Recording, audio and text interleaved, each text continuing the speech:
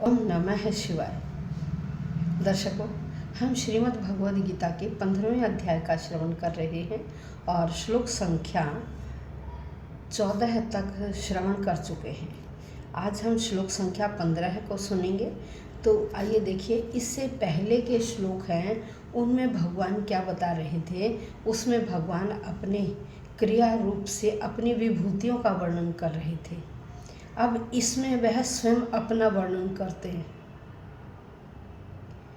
तो देखिए श्लोक संख्या 15 में क्या है, आइए पढ़ते हैं। सर्वस्य चाहम हृदय सन्निविष्टो मत्तः स्मृतिर्ज्ञानम अपोहनम च वेदश्चैव सर्वैरहमेव वैद्यो वेदांत कृद वेद विदेव चाहम।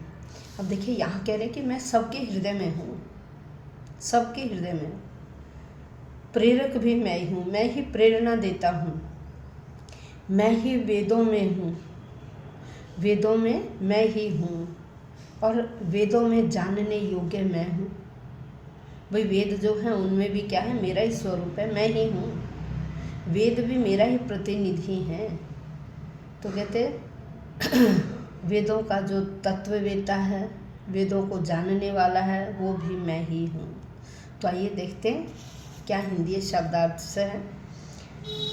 सर्वस्य च अहम, कह रहे सर्वस्य सभी प्राणियों के, चाहम मैं हृदय में हूँ, मैं सभी प्राणियों के हृदय में सन्निविष्ट है, सन्निविष्ट स्थित हूँ, मैं सभी प्राणियों के हृदय में स्थित हूँ। मत्तः स्मृति, कह रहे मेरे से ही स्मृति है, मेरे से ही यादाश्त है व्यक्तियों की, मेरे से ही स्मरण शक्ति है। ज्ञानम ज्ञान है, स्मृति स्मरण शक्ति है, ज्ञान और अपोहनम जो भूल जाते हैं ना, वो अपोहन विस्मृति। कह रहे मेरे से ही यादाश्त है, मेरे से ही ज्ञान है, मेरे से ही भूलना है। वेदश्चैव, और कह रहे वेदों के द्वारा भी, सर्वै समस्त वेदों के द्वारा, अहम एव वैद्य, मैं ही जानने योग्य हूँ, समस्त वेदों के द्वारा मैं ही जानने योग्य हूँ। फिर कहते वेदांत कृत, जो वेदों के संकलन करता है ना, और वेदविद वेदों को जानने वाले, जिन्होंने वेदों को इकट्ठा किया है, कहते वेदों के संकलन करता और वेद विदेव वेदों को जानने वाला भी अहमेव मैं ही हूँ। भगवान कहते हैं कि देखिए मैं प्रत्येक जीव के हृदय में स्थित हूँ, मुझसे ही ज्ञान, यादाश्त और भूलने की प्रक्रिया होती है। मैं ही वेदों के द्वारा जानने योग्य हूँ, मैं ही वेदों का संकलन करता हूँ और मैं ही समस्त वेदों को जानने वाला हूँ। अब यहाँ देखिए कह रहे हैं कि मैं हर व्यक्ति के हृदय में स्थित हूँ। उसी के कारण, कह रहे मेरे कारण जो मैं आपके हृदय में स्थित हूँ ना, इसी के कारण आप कर्म करने के लिए प्रेरित होते हैं। इसलिए मैं ही आपको प्रेरणा देने वाला हूँ, मैं ही आपका प्रेरक हूँ। और हम क्या करते हैं, अपने पिछले जन्मों की बातें भूल जाते हैं। लेकिन अब यहाँ जैसा भगवान हमें आदेश देता है, हम उस आदेश के अनुसार अपने कार्य करते हैं और उन सारे कामों का भगवान कहते हैं मैं ही साक्षी हूँ। हम जो कार्य करते हैं, हमारे सब कामों का कौन साक्षी है, भगवान ही साक्षी हैं। कह रहे भगवान न केवल चारों तरफ फैले हुए हैं, बल्कि घट घट में, हर चीज में अंतर्यामी हैं, हर चीज में व्यापक हैं, हर चीज में फैले हुए, हर चीज में हैं। भगवान क्या है, केवल सर्वव्यापी ही नहीं है, बल्कि प्रत्येक के हृदय में स्थित है। इस प्रकार क्या करते हैं, वो हमें अनेक प्रकार के कर्म फल प्रदान करते हैं। और भगवान क्या हैं, अंतर्यामी परमात्मा के रूप में भी पूजनीय है। वेदों के जो वेद हैं वो भगवान के अवतार हैं, वेदों के अवतार के रूप में भी भगवान क्या है, पूजनीय है। हम लोगों को वो सही दिशा बताते हैं ठीक ढंग से, ताकि हम अपना जीवन निर्वाह कर सकें।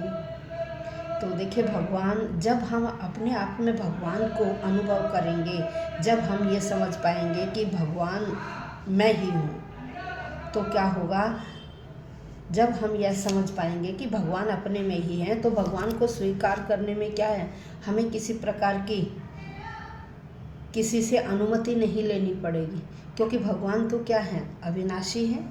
भगवान क्या है, अविनाशी है।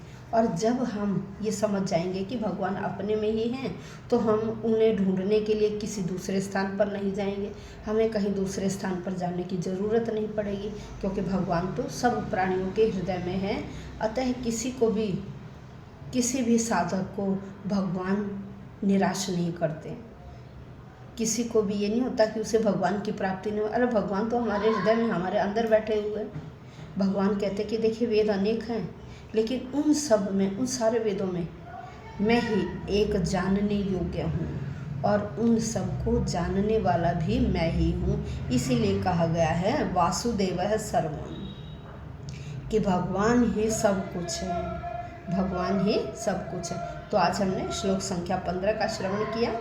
वीडियो पूरी सुनिए, लाइक कीजिए, शेयर कीजिए, सब्सक्राइब नहीं किया तो सब्सक्राइब भी अवश्य कर लें। और हमारा ये अध्याय समापन की ओर जा रहा है। बहुत जल्द हम श्रीमद् भगवद गीता इस ग्रंथ का जो श्रवण कर रहे थे वो हमारा समापन की ओर बढ़ रहा है। और उसके बाद हम पुराणों में से, बहुतों ने कहा जी भागवत पुराण शुरू कीजिए, कुछ एक ने कहा जी शिव पुराण शुरू कीजिए। तो जो ईश्वर की इच्छा होगी हम वही पुराण शुरू कर पाएंगे। क्योंकि देखिए आप भी कुछ कह रहे हैं, कुछ और भी कह रहे हैं, मैं भी सोच रही हूँ कि इसके बाद पुराणों का हम श्रवण करें। तो जो ईश्वर की इच्छा होगी, यदि भगवान कहेंगे शिव पुराण तो हम शिव पुराण शुरू कर पाएंगे, यदि भगवान हमें भागवत पुराण के लिए प्रेरित करेंगे तो हम भागवत पुराण शुरू करेंगे। तो इसलिए श्रीमद् भगवद गीता के रस का पान कीजिए। बहुत जल्द हमारा यह ग्रंथ समाप्त हो जाएगा। जो हम श्रवण कर रहे हैं ये श्रवण करना हमारा ही कंप्लीट हो जाएगा। इसलिए बार बार वीडियो सुनिए, अपने बड़े बूढ़ों को भी सुनाइए, ताकि वह भी यह जान सकें कि वास्तव में हमारे इस ग्रंथ में ऐसी कौन सी अद्वितीय चीज़ें हैं जो हम आज तक नहीं सुन पाए हैं। तो जो हमारे ये ग्रंथ हैं, जिनमें इतने बड़े बड़े ग्रंथ विदेशों में भी इसकी तुलना की जाती है, इसके बराबर आज तक कोई ग्रंथ नहीं हुआ। तो हम अपने इस ग्रंथ से अनभिज्ञ क्यों रहें? हम क्यों नहीं सुने अपने इस ग्रंथ को, क्यों नहीं सुना है अपने बड़े बूढ़ों को? तो हमें भी सुनना, अपने बड़े बूढ़ों को भी सुनाना और अपने बच्चों में भी ये संस्कार डालना है, ताकि उन्हें भी पता लग सके हमारे धार्मिक ग्रंथ कौन कौन से हैं। धन्यवाद। आज का ये वीडियो का समापन है। और कमेंट बॉक्स में अवश्य लिखिए, आप जिस भी इष्ट देव को मानते हैं उसका नाम लिखकर नमः कर दीजिए। और आपके देखिए एक कमेंट से हमें बहुत प्रसन्नता होती है, इसलिए कमेंट बॉक्स में अवश्य लिखिएगा। ओम नमो भगवते वासुदेवाय। धन्यवाद।